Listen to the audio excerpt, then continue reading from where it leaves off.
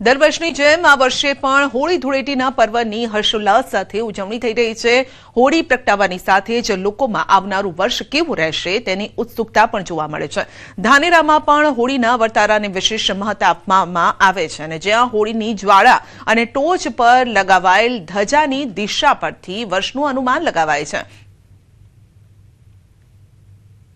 ધાનેરા ગામની અંદર હોલિકા દહન કરવામાં આવે। આ પાવન પર્વની અંદર એના સ્તંભ સાથે આજે ધજા ઉત્તર દિશાની અંદર પડી છે અને બપોર પછીના એના પવનો નૈઋત્ય તરફના હતા, એટલે મેં એવું વિચારેલું કે કદાચ આજે ધજા ખાલી ખંડમાં પણ જાય, પણ કુદરતી રીતે આ વર્ષની અંદર જે ધજા સ્તંભ સાથે ઉત્તર દિશાની અંદર પડી એટલે એનું ફળ સુખાકારી હોય છે અને લગભગ 75% વર્ષ સારું જાય એવું આપણું સુકન કહેવામાં આવે છે। જામનગરના જોડિયા તાલુકાના લીંબુડા ગામમાં પરંપરા અને આસ્થાનો અનોખો સંગમ જોવા મળ્યો છે, જ્યાં ગામના વડીલો અને ગ્રામજનોની ઉપસ્થિતિમાં હોળી પ્રગટાવવામાં આવી અને ત્યારબાદ સૌએ આસ્થાભેર હોળી માતાના દર્શન કર્યા। પરંપરા મુજબ હોળી પ્રગટ્યા બાદ તેનો ધુમાડો જે દિશામાં જાય તે દિશા પરથી આગામી વર્ષના વરસાદ પાકની આગાહી કરવામાં આવે છે। આવનાર વર્ષની ખેતી અને સમૃદ્ધિનું પૂર્વાનુમાન કરવાની વર્ષો જૂની આ પદ્ધતિ છે। તો આ વર્ષે ધુમાડો પૂર્વ દિશા તરફ જતા લીંબુડા ગામના લોકોમાં પણ ખુશીની લહેર જોવા મળી છે। આધુનિક યુગમાં પણ પોતાની સંસ્કૃતિ અને વડવાઓના જ્ઞાનને જાળવી રાખતું આ ગામ આજે આખા પંથકમાં ચર્ચાનું કેન્દ્ર છે। આ પવન ઉપરથી આ પવન કઈ દિશામાં જાય છે એના ઉપરથી આખું વરણનો અમે અંદાજ લઈ છે। આ સાલ હોળીનો ધુવાણો છે એ પૂર્વ દિશામાં વ્યવસ્થિત ગયેલ છે અને ધુવાણો જોઈને અમને સંતોષ લાગે છે કે આવતા વર્ષ સારું પાકશે અને સારું આવશે એવી અમને આશા છે। અમારી એ ગામની પરંપરા છે, દર વર્ષે હોળી માતાના દિવસે બહેનો ભાઈઓ બોરી સંખ્યામાં પાથરની અંદર પહોંચી જાય અને પછી હોળી માના પ્રગટ કરે।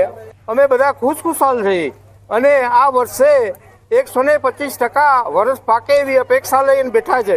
દર વખતની માન્યતા અનુસાર અમે પવન પણ જોયો હતો, પવન શુદ્ધ ચંદ્ર ઉપર એટલે કે પૂર્વ દિશામાં ગયો છે। એટલે અમારું સૌ ખેડૂતોનું માનવું છે કે ઓણ સવાયું વરસ રહેવાનું છે। અને જૂનાગઢની વાત કરીએ તો ચોરવાડ હાઈવે પર મહિલાનો હોબાળો છે। માનસિક અસ્વસ્થ મહિલાએ હંગામો કર્યો છે, રસ્તા પર આવતા વાહનોને રોક્યા, સ્કૂટર પર સવાર મહિલાઓને ધક્કો માર્યો। ચોરવાડ પોલીસે મહિલાનો કબજો લઈ અને પોલીસ સ્ટેશન લઈ જવાઈ છે। તો ઘટનાનો વિડીયો સોશિયલ મીડિયામાં વાયરલ થઈ રહ્યો છે।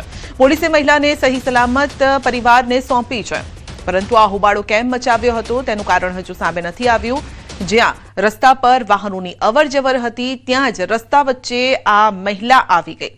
તો માનસિક અસ્વસ્થ આ મહિલા જેના કારણે આ હોબાળો મચાવ્યો હોય તેવું અનુમાન છે। તો રસ્તા પર આવતા વાહનોને તેણે રોક્યા હતા, જોકે બાદમાં પોલીસ આવી ગઈ અને પોલીસે તેનો કબજો લીધો, પરિવારને સોંપવામાં આવી આ મહિલાને। તો વધુ અપડેટ મેળવીશું સંવાદદાતા અમાર પાસેથી। જે અમાર મહિલાએ રસ્તા વચ્ચે હોબાળો મચાવ્યો।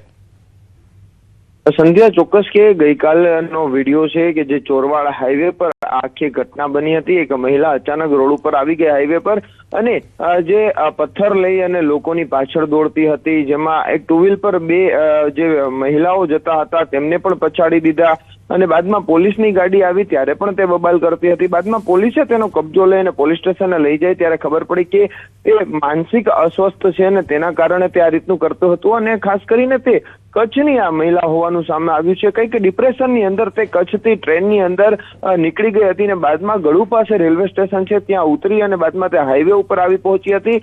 પોલીસે તેનો કબજો લઈ અને પ્રથમ તો જે એક આશ્રમ છે ગંગેડી આશ્રમ મેંદેડા પાસે ત્યાં તેને મોકલી દેવામાં આવી હતી। પરિવારને જાણ કરવામાં આવ્યું હતું। રાત્રિના સમયે પરિવારે મહિલા છે તેનો કબજો લઈ અને પરિવાર સાથે પોલીસે છે તે આ મહિલાનું મિલન કરાવ્યું છે। જી આપનો આભાર।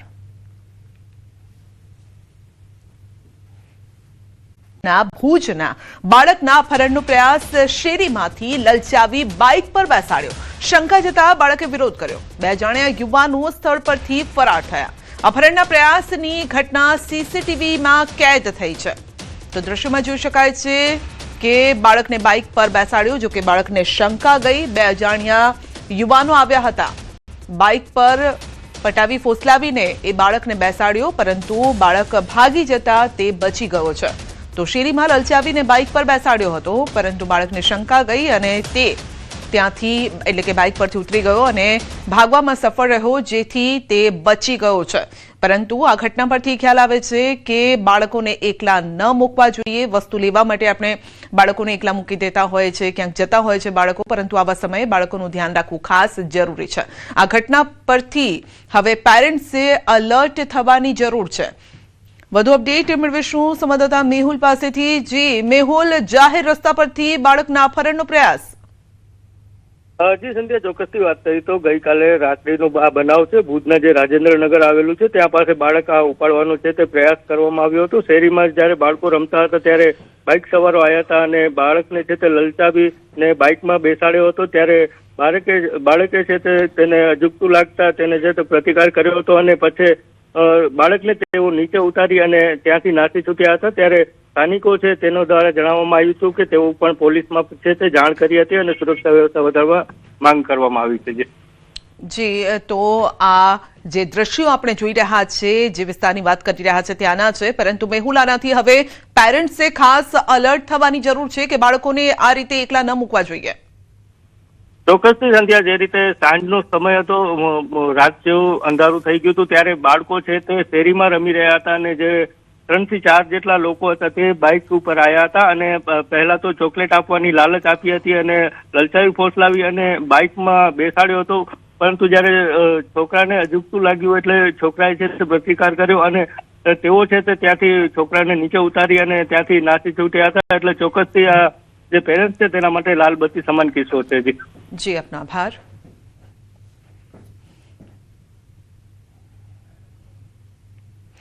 દુબઈમાં છેલ્લા 25 વર્ષથી રહેતા મૌલિક કોન્ટ્રાક્ટર સાથે ન્યૂઝ 18 ગુજરાતીની ખાસ વાતચીત. વિડીયો કોલના માધ્યમથી થયેલી વાતચીતમાં તેમણે જણાવ્યું છે કે ત્યાં પરિસ્થિતિ કાબૂમાં છે, કોઈપણ પ્રકારનો ભયનો માહોલ નથી. તેમજ ગાંધીનગર સેક્ટર 8 ખાતે રહેતા તેમના પરિવાર સાથે પણ વાતચીત કરાઈ છે. તેમના પરિવારે જણાવ્યું છે કે વિડીયો કોલના માધ્યમથી તેઓ સંપર્કમાં છે. દુબઈમાં મૌલિક 25 વર્ષથી તેમના પત્ની અને 2 બાળકો સાથે રહે છે.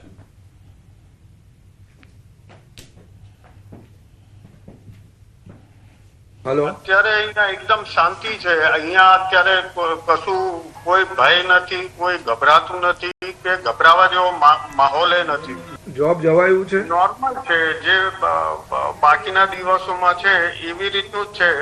ગુજરાતીઓ નહીં, કોઈ ઇન્ડિયન્સ ને કોઈ તકલીફ નથી. અને વડોદરા બન્યું ખાડોદરા. નિઝામપુરામાં ખોદાયેલા ખાડામાં કાર ફસાઈ. શહેરમાં ઠેર ઠેર ખાડાઓ ખોદી નાખતા તંત્ર સામે રોષ જોવા મળ્યો. ખાડાઓના કારણે અવારનવાર અનેક વખત અકસ્માતો સર્જાતા હોવા છતાં તંત્ર ઘોર નિદ્રામાં. નિલેશ કુંભાણીએ લોકસભાની ચૂંટણીમાં ફોર્મ રદ થવા મામલે ખુલાસો કર્યો. પોતે ખોટી સહી કર્યાનો ખુલાસો કર્યો. પોણા 2 વર્ષ બાદ રહસ્ય પરથી ઉંચકાયો પડદો. નિલેશ કુંભાણીએ કહ્યું, કોંગ્રેસ સામે 2017નો બદલો લીધો હતો. પૈસા લઈને કોંગ્રેસે ટિકિટ આપી, બાદ કાપી નાખી.